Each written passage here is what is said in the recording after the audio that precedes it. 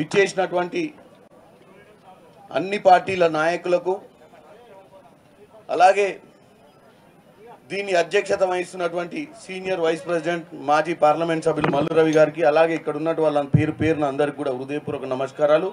విలేకరులకు అలాగే వచ్చినటువంటి ప్రజలందరికీ కూడా నమస్కారాలు తెలియజేస్తూ ముఖ్యంగా చాలా వక్తలు మాట్లాడిర్రు, నేను ఎక్కువ సమయం తీసుకోను. ప్రజాస్వామ్యంలో అపోజిషన్ పార్టీలకు విలువలు ఇవ్వకుండా నిర్వీర్యం చేస్తే ఏం జరుగుతుందో మీరు గత 3 రోజులుగా మన అసెంబ్లీలో చూసిరు.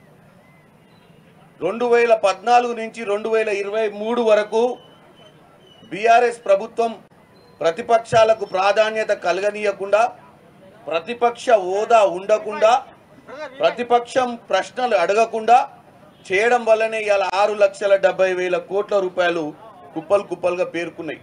ప్రతి రూపాయి ఖర్చు పెట్టేటప్పుడు అడగాల్సినటువంటి ప్రతిపక్షాలను లేకుండా చేసిర్రు. ఈరోజు అదే పరిస్థితిలో నరేంద్ర మోడీ గారు ఉన్నారు.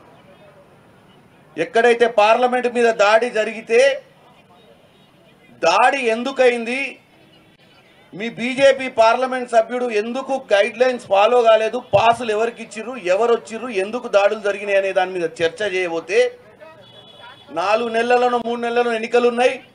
ఈ చర్చ చేయడం వల్ల మాకు నష్టం జరుగుతున్న ఉద్దేశంతో 146 మంది ఎంపీలను సస్పెండ్ చేసి బయటికి పంపించడం జరిగింది.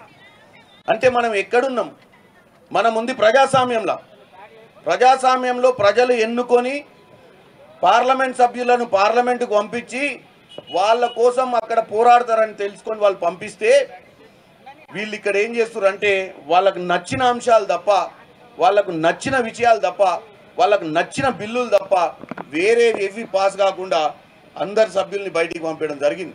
ఇందాకనే మన సోదరి ఎవరో చెప్పిరు, 2 సభ్యులే ఉన్నటువంటి బీజేపీ ఒకప్పుడు ఇదే నియంత పాలన కనుక కాంగ్రెస్ చేసి ఉంటే ఈరోజు ఇంత పెద్ద సభలో సింగిల్ లార్జెస్ట్ పార్టీగా ఉండేదా?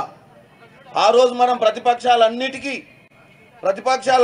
మనం ముఖ్య పాత్రగా వాళ్ళు ప్రజల కోసం పోరాటం చేయాలని చెప్పి మనం ఎవరు వచ్చినా మర్యాద ఇచ్చి వాళ్ళకు ఒక సమయం ఇచ్చి వాళ్ళు మనం తప్పులు చేస్తే కూడా వాళ్ళు నిలదీసినప్పుడు సమాధానం ఇచ్చినటువంటి కాంగ్రెస్ పార్టీ.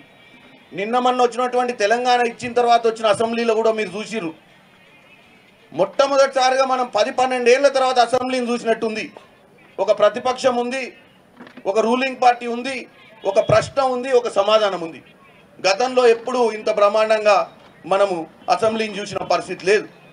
కాబట్టి నేను ఒకటే చెప్తున్నా, నరేంద్ర మోడీ గారు ఇక్కడ నియంతగా ఉండి ఇక్కడ ప్రజలను మోసం చేసి 9.5 ఏళ్ళు నియంత పాలన చేసి రాజులా వ్యవహారం చేసిన వ్యక్తికి ఏం గుణపాఠం ఇక్కడ తెలంగాణ ప్రజలు చెప్పిర్రో నువ్వు చేసేటువంటి కార్యక్రమాలకు కూడా రానున్న రోజు జరిగే ఎన్నికలల్లో నిన్ను కూడా తరిమి కొడతారని చెప్పి తెలియజేస్తూ ఈ సమయం ఇచ్చినందుకు అందరికీ కృతజ్ఞత తెలియజేస్తూ